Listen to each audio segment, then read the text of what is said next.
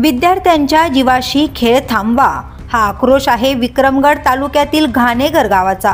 शिक्षण हक्काच्या घोषणा करणाऱ्या सरकारसमोर आज या आदिवासी गावातील वास्तव ठणाणून सांगतंय।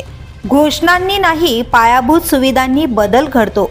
घाणेघर गाव अहमदाबाद महामार्गापासून अवघ्या 8 किलोमीटरवर, पण विकासाच्या नकाशावर कुठेच नाही। गावात ना पक्का रस्ता ना पूल। आजही शाळेतील 150 विद्यार्थी दररोज गळ्यापर्यंत भरलेल्या ओहळातून लाकडी साकावावरून जीव धोक्यात घालून शिक्षणासाठी प्रवास करतायत। बोबोली आश्रमशाळा आणि श्रीएम केजे जोगानी हायस्कूलमध्ये शिक्षण घेणाऱ्या या मुलांना पावसाळ्यात शाळेत जाणं म्हणजे मृत्यूशी झुंज देण्यासारखं आहे। मागील वर्षी एका विद्यार्थिनीला ओहळाच्या प्रवाहातून वाहून जाण्याचा प्रसंग ओढावला होता।